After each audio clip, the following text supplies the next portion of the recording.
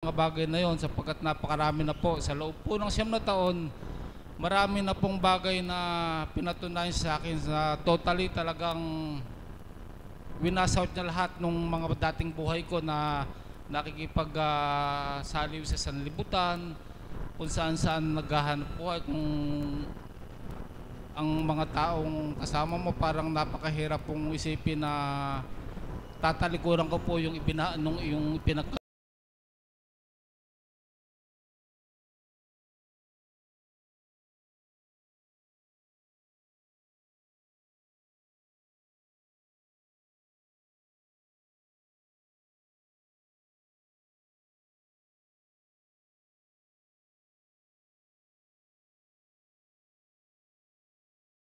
ba? Kasi kung wala ka sa Panginoon, mga kapatid, mag-iisip ka na. Wala kang hanap buhay, hindi mo alam, may nag-aaral kang anak, may maliit kang anak. Subalit sa hiwaga ng Panginoon, talagang sa sarili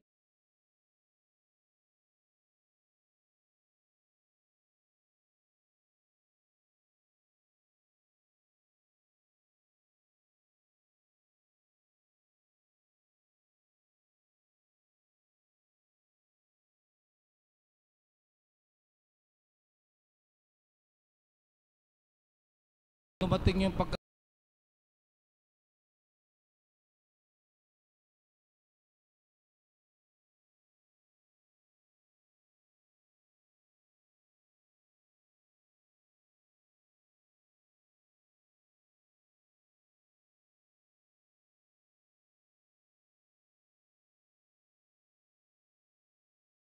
pagtanggap natin. Kaya bilang iwanan ko po sa inyo, patuloy po tayong manalig at magtiwala sapagkat sa bawat kahinaan natin, banal na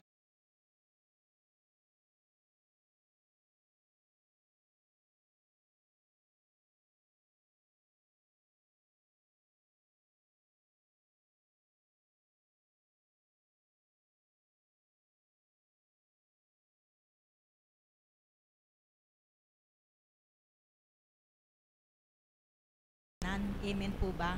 Subalit, kailangan nating patunayan sa Panginoon na hindi siya nagkamali sa pag-akay sa atin.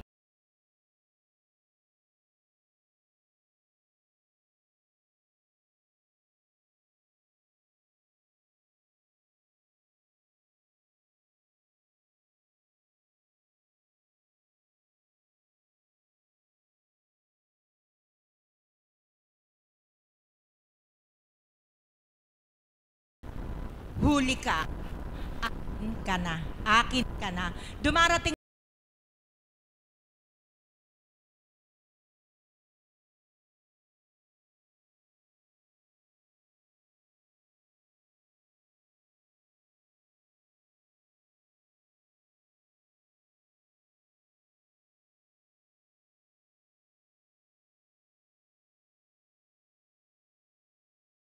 ng masalimuot na bagay sa aking buhay.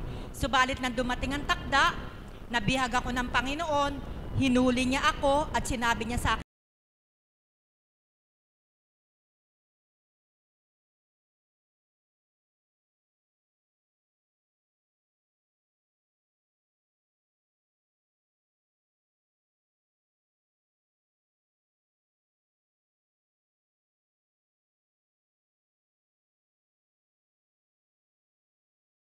ang Panginoon sapagkat ayaw ko siyang mabigo sa akin.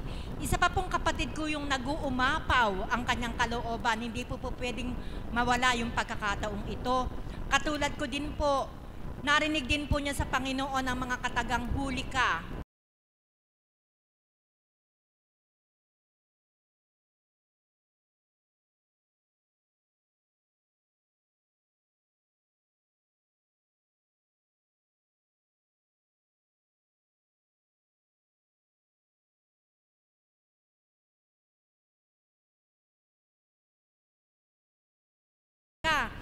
I-picture niyo po sa mind niyo kung ano ang kasuotan, kung paano gumayak, kung ano ang lifestyle. Subalit, idanakda ng Panginoon na sa ibihagin.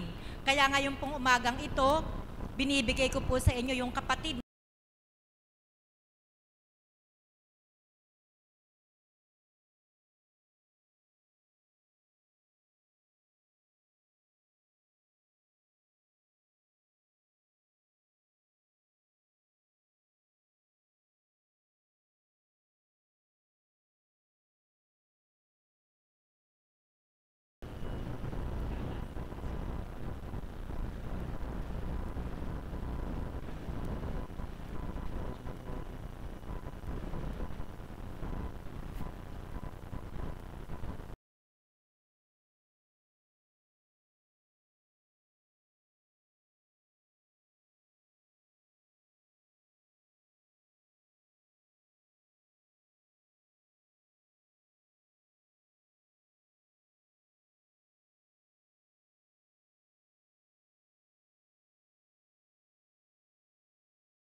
pamamagitan ng kapangyarihan at hiwaga mo, na ang bawat iluluwal ng labi ko bilang pagbabahagi sa kagustuhan mo ay kapulutan ng aral ng mga kapatid ko at hindi makapagdulot ng katanungan, bakit gayon at ganito?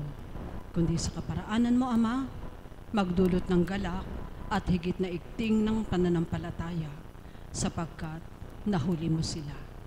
Amen. Buhay po ang Diyos! Buhay po ang Diyos!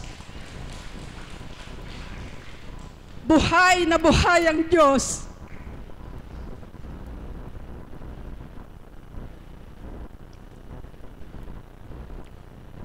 Napakaganda po ng tema ng ating kapatid na Mami Beth, na di ko inaasahan na siya po ang facilitator, na kung saan hindi lingid sa bawat isa sa inyo na kapag araw ng Lunes ay nagbimithi ako na makapag-alay sa ating Panginoon. Subalit, ang Diyos ay tunay na buhay at katotohanan ang nililirip ng Ama, ang katotohanan sa ating mga damdamin. Kung papaano tayo ay binihiyagnan niya at tinuran niyang akin ka na, subalit ipinagwawalang bahala natin ang pag-ibig na handog niya. Gagawin ko pong halimbawa ang aking sarili nung pong nakaraang buong linggo. At una sa nakaraang linggo, yung nakaraang 2 linggo, na kung paano sa bawat araw, nagdudumali na makaabot man lamang ako sa praising song, hindi sa panalangin. Sa kabila ng dami ng ginagampanan, kaming lahat na magkakapatid, kaming 4. Kung papaano ang kapatid ko na naunang nagpahayag sa akin, katotohanan po ang kanyang ipinahayag, na pinagtatanto kong lahat ang bawat pagganap kung paano ang pagdudumaling pumarito sa dakong ito. Napabayaan ko po nung nakaraang linggo. Dadating po ako, nagbabahagi na. Sapagkat sa pagbihag sa akin ng Panginoon, binigyan niya po ako ng maigting na pandama, na sa pamamagitan ng kanyang banal na espiritu at paggamit niya sa mga nilalang, katulad ng paggamit niya sa ating minamahal na Apo Kunching, gumagamit din siya ng mga kapatid natin, na kung papaano sa pamamagitan ng ating mga kapatid ay bibihagin tayo ng Diyos. Amen po ba? Bakit ko nga po naturan yon? Di po ba sa tuwin ay tinuturan? Hindi naman bababa ang Ama sa tabi mo, kapatid, upang sabihin at ituran sa'yo, huli ka na naman, wala ka na halos abutan. Kundi sa pamamagitan ng mga kapatid na tuwirang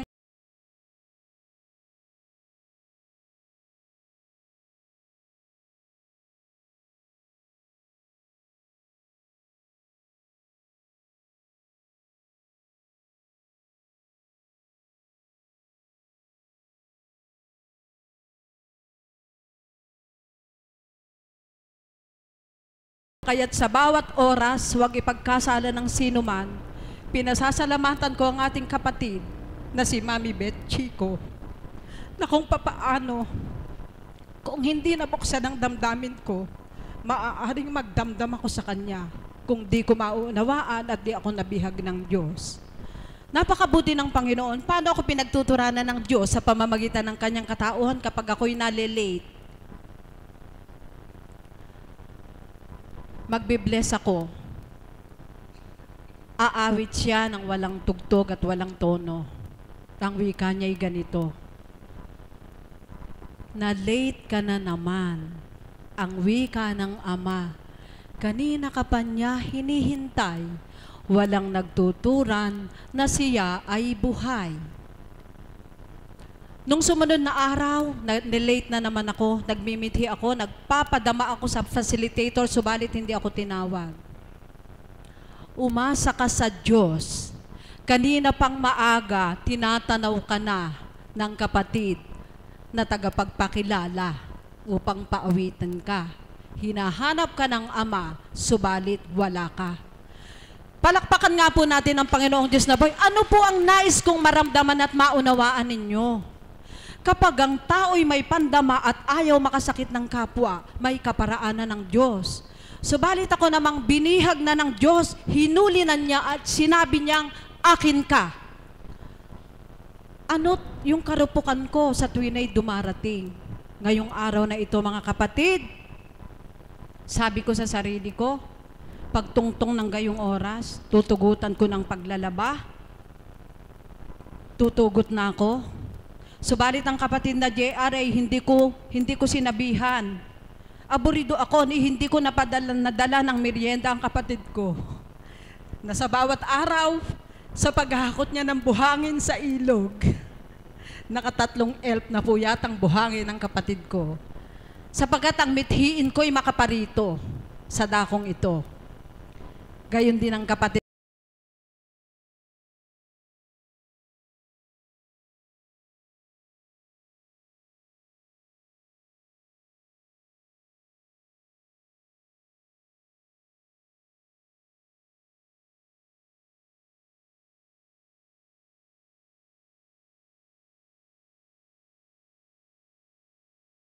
Subalit ayaw kong magpabihag sa kanya. Ligaw na ligaw ako. Hambing na hambing ako sa tupang ligaw na palingalinga. Hindi ko alam kung saan ako tutungo. Na sa dating buhay ko, mundong mundo, na kung papaano sa pagkakataong ito, wala siyang binago. Na kung paano tinura ng kapatid na Mami Beth Chico sa unang buhay bilang entertainer, bilang mga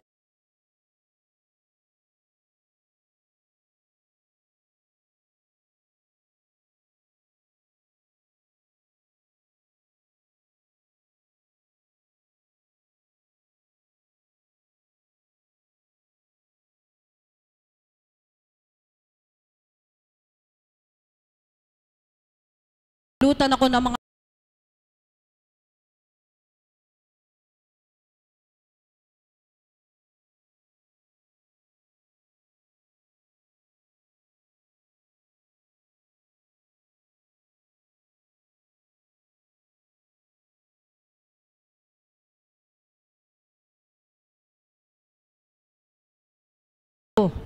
dalawang kahahalos isang araw.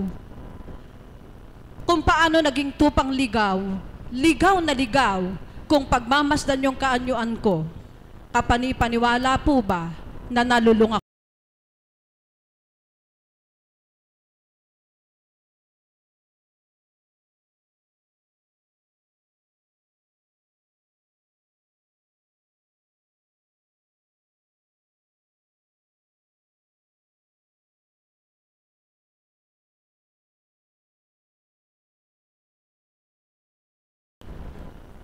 Naranasan ko po na kapag wala ng sigarilyo at sa gabi gusto kong mag-CR. Titingin po ako sa mga paso ng halaman at titingnan ko kung may naitusok akong mahaba-haba pa. Pakinggan po ninyo. Ang alak, alam ko po kung ano ang lasa ng alak na espesyal sa pamamagitan ng pag-amoy ng botelya. Napakarami mga kapatid, ligaw na ligaw. Doon sa pagkakaligaw ko, hindi pa rin po ako mahuhusgahan ng kung sino, kundi tanging Ama lamang. Dahil noong mga panahon na yon, akala ko, kapag ako'y punong-puno ng espiritu ng alak at masasamang bisyo, ay makakalimutan ko mga problema at kabiguan. Amen po ba? Napakabuti ng Diyos. Nang ako'y mabihag niya, nang sabihin niyang, ako'y kanya na. Maniniwala po ba kayo na ang lahat ng bisyong yon ay pinalis at tinanggal ng Ama? Palakpakan po natin ang Panginoong Diyos na buhay. Buong kagalakan na ipinahahayag ko sa inyong lahat kung paano ang kapatid na JR, batid ko po kulang pa yung binahagi niya sa dating buhay. Totoo po yun. Subalit, napakabuti ng Diyos ako ay binihag niya. Walang hanggang pagpapadama, subalit di ko siya madama. Kaya pinahintulutan niya ako ng karamdaman, mga bukol sa katawan. At yung huling bukol na pinahintulutan niya sa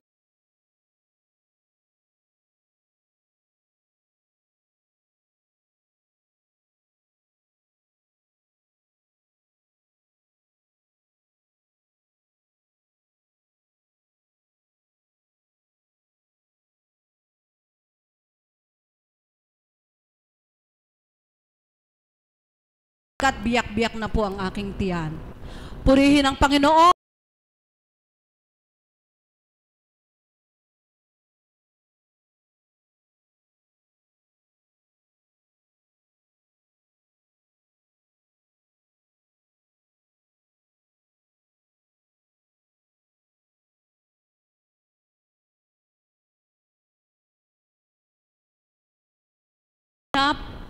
Na hindi ko mapigilan ang aking sarili. Paumanhin po, Mami Beth, Chico, kung napahaba man po. Kung sa bawat araw po, hinihiling ko sa Ama, maalayan lamang kita ng isang awitin. Hindi ipinid mo na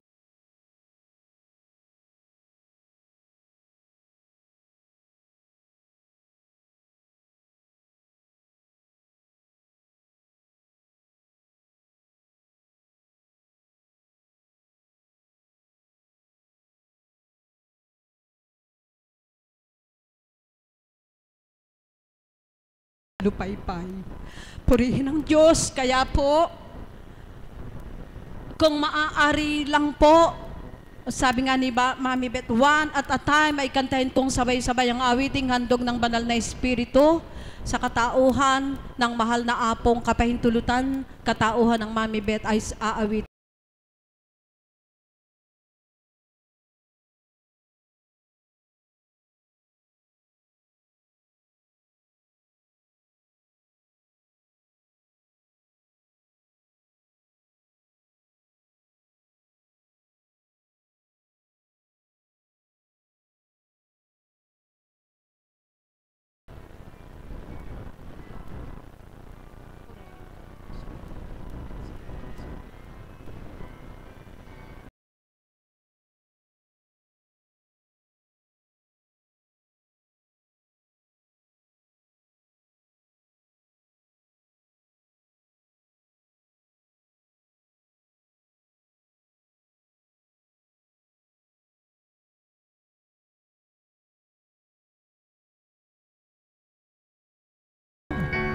Isip mo'y naglalakbay, nakatanaw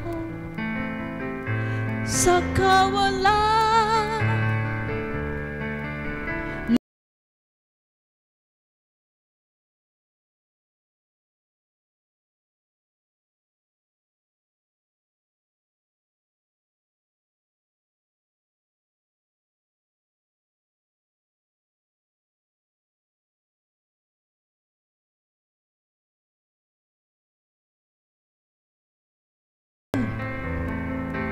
Tira parang kulang, kayamanan at lahat ng kalayawan. Wala pala itong kabuluhan.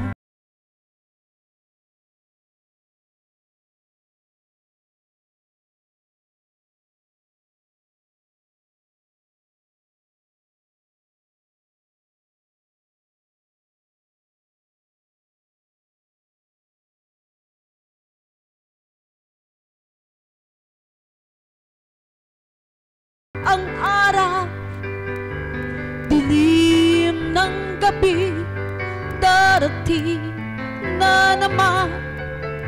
Sa paghimlay mo, isip mo'y naglalakbay, nakatanaw sa kawalan. Lumipas na naman ang isang araw sa buhay. Takbo ng buhay ko'y di ko na mamalaya. Sa bawat sandaling darating at ko'y tila parang kulang, kayamanan at lahat ng kalayawan. Wala pala itong kabuluhan.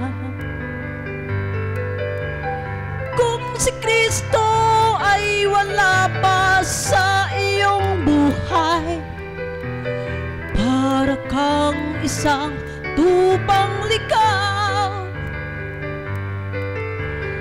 kayamanan at lahat ng kalayawan. Wala pala itong kabuluhan.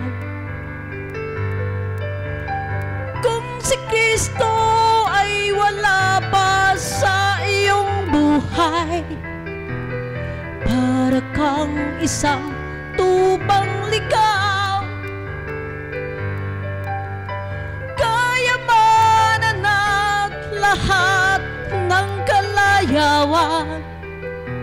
Wala pala itong kabuluhan.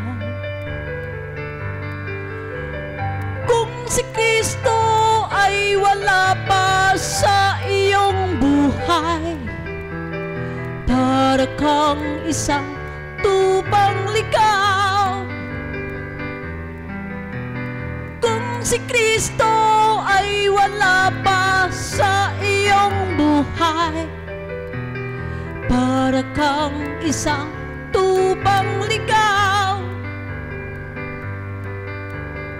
Kung si Kristo ay wala pa sa iyong buhay, para kang isang tupang ligaw.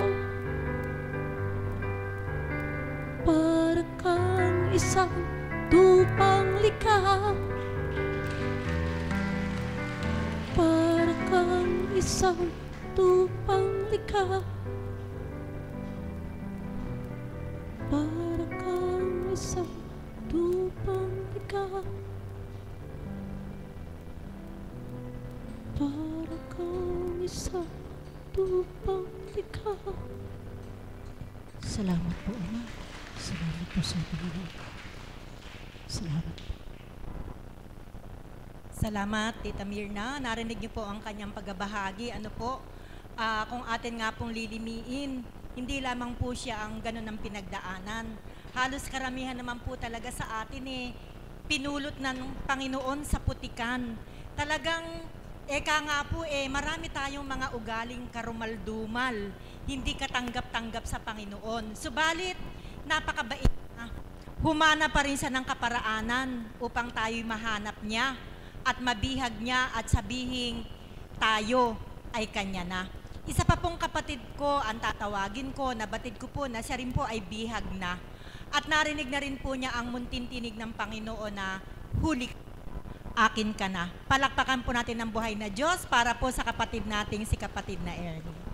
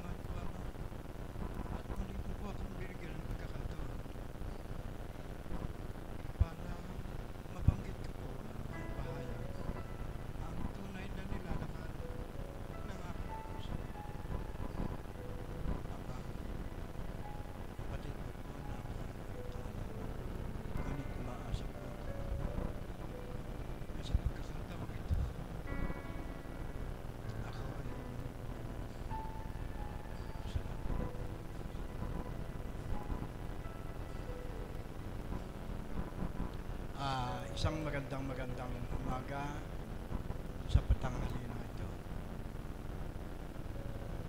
Napakaganda po ng tema ng ating Mami Beth.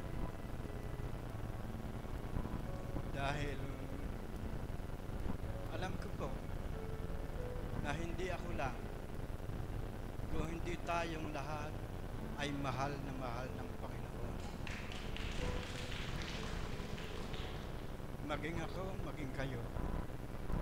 Dahil napakarunong po ng Ama, nalalaman niya kung saan at kung ano ang ating kahinaan.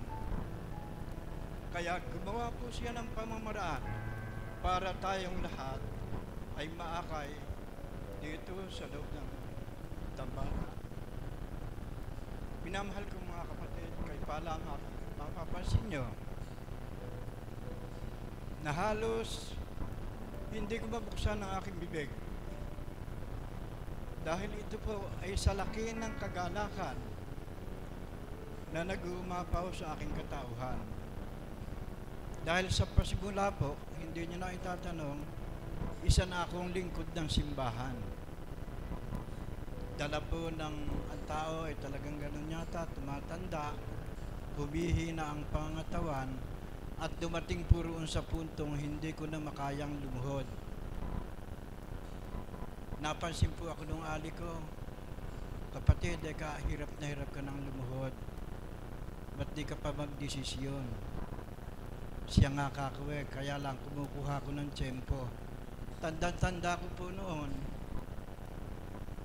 na noon pa mang una, talagang akin nabihag na.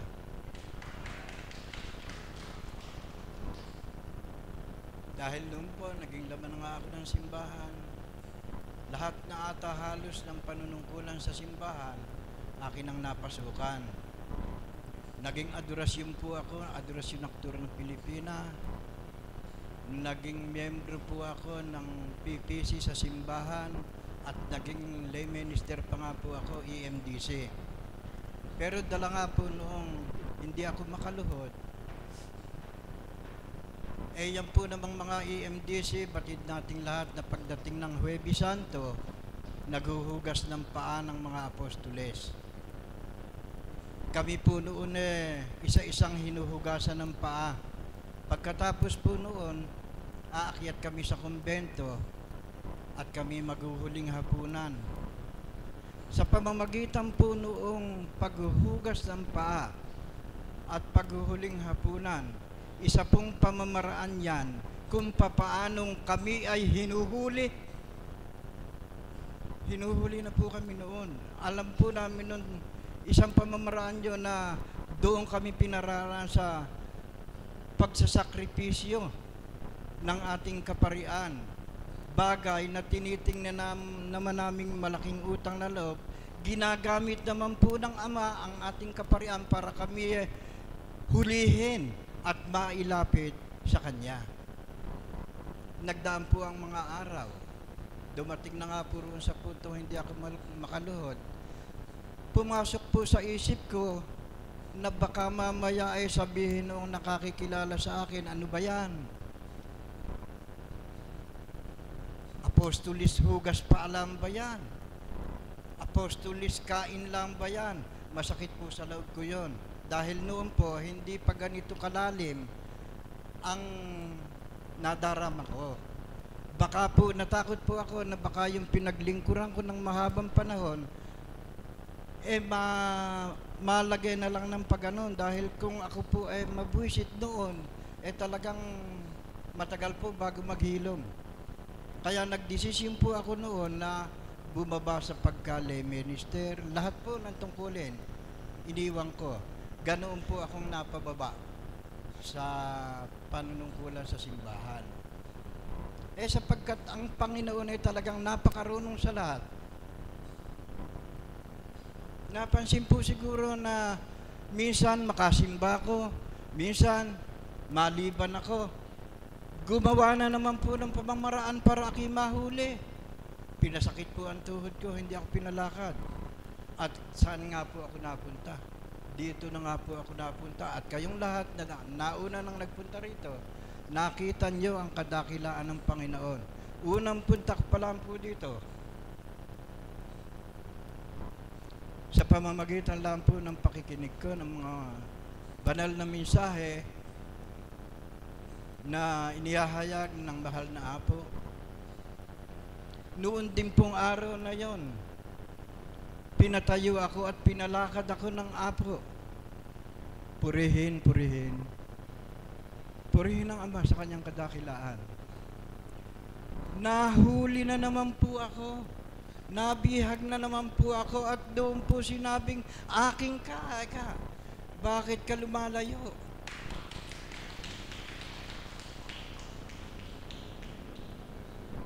Hanggang sa umikot po ang panahon, talaga ata na, eka nga, bilang tao, tayo bagaman tumanggap sa ating Panginoon, nanduroon pa rin po yung pagkatao na may katigasan ng ulo.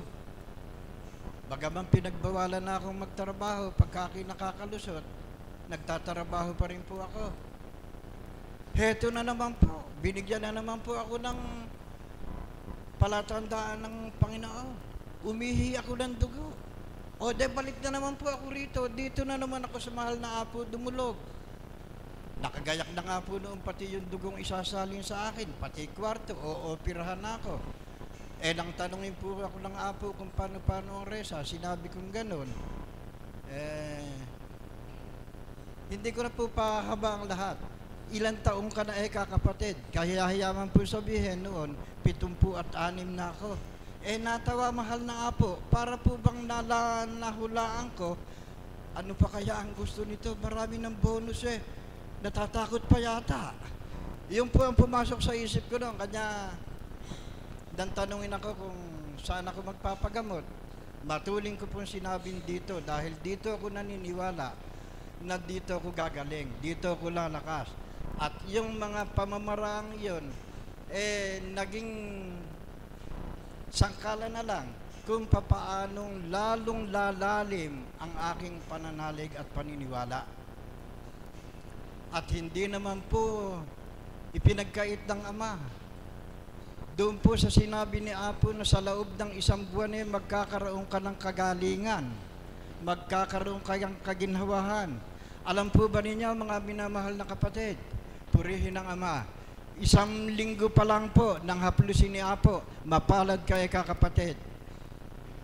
Pinagaling ka na ng Ama. Bagay po na lalong lumalalim, lalong humihigpit ang tali ng pagkahuli sa akin ng ating Ama.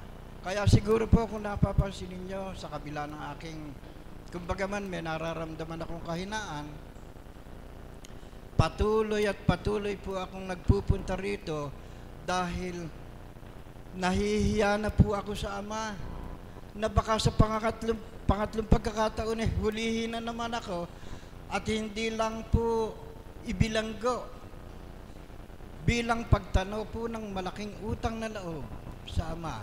Sinabi ko po sa kanyang hanggang aki may lakas, hanggang aki nabubuhay, hindi ko siya maiiwan. Sapagkat aki nabihag na niya, nahuli na at nabilanggo pa. Kaya kung ako lang po siguro ay marunong kumanta na kamukha ni kapatid na Magno, baka po maawit ko yung puso ko'y binihag mo. Hindi po ako marunong kumanta. Kaya po, pasensya na kayo. Hanggang doon na lang po at sa muli, nagpapasalamat ako sa Ama dahil ako, kayo, tayong lahat, pare-parehong nahuli ng Ama dito sa loob ng dambana sa pamamagitan ng magagandang halimbawa at magagandang mensahe ng mahal na Apo na pinagkalooban ng Ama para maipakita at madama natin ang marubdob niyang pagmamahal.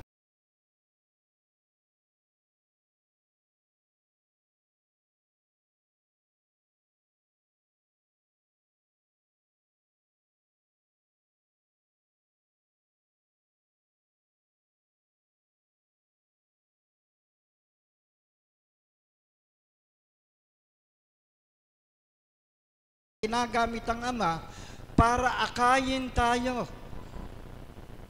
at mapalapit tayo rito sa mahal na dambana na kung saan ang dambanang ito ang nagsisilbing tipanan nating lahat ng pakikipagniig sa ating Amang dakila.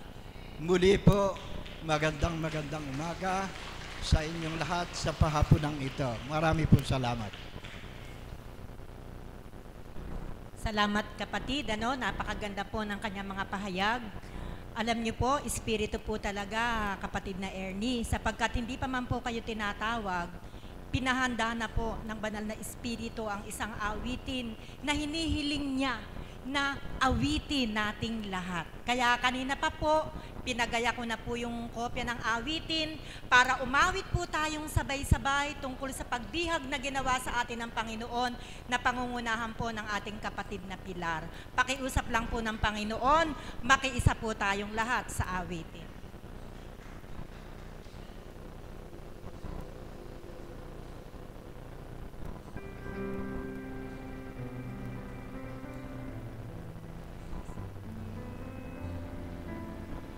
Ito po, buhay ang Diyos.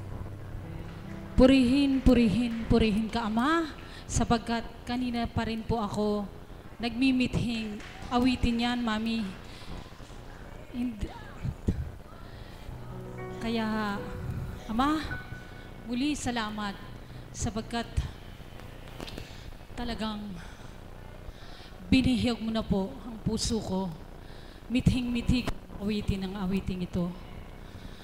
Sa inyo pong lahat, nawa po, namnamin niyo po ang awitin.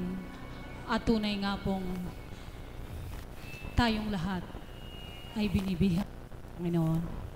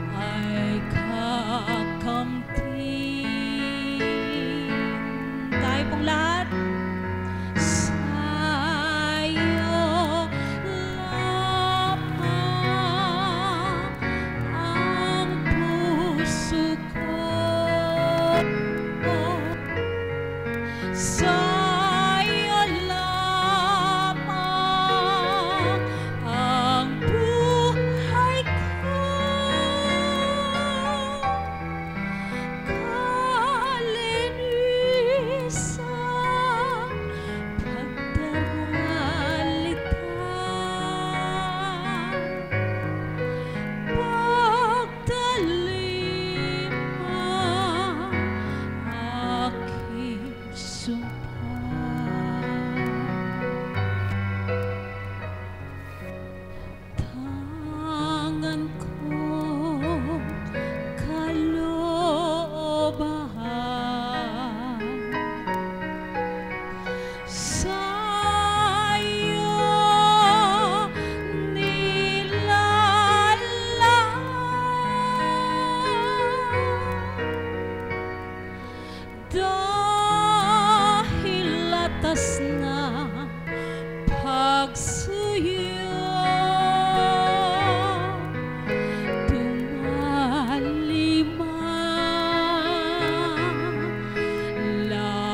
lamang sa'yo.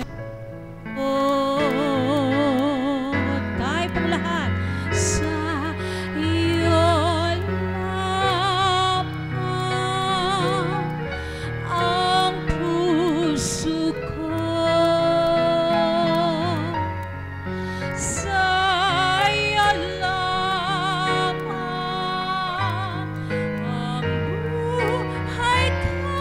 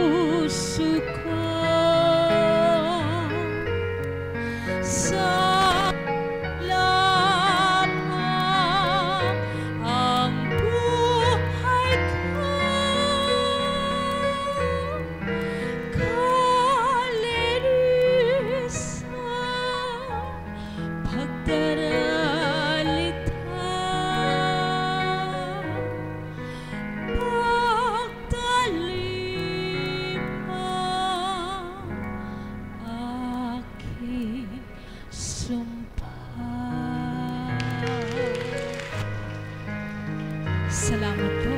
Salamat. Salamat, mga kapatid.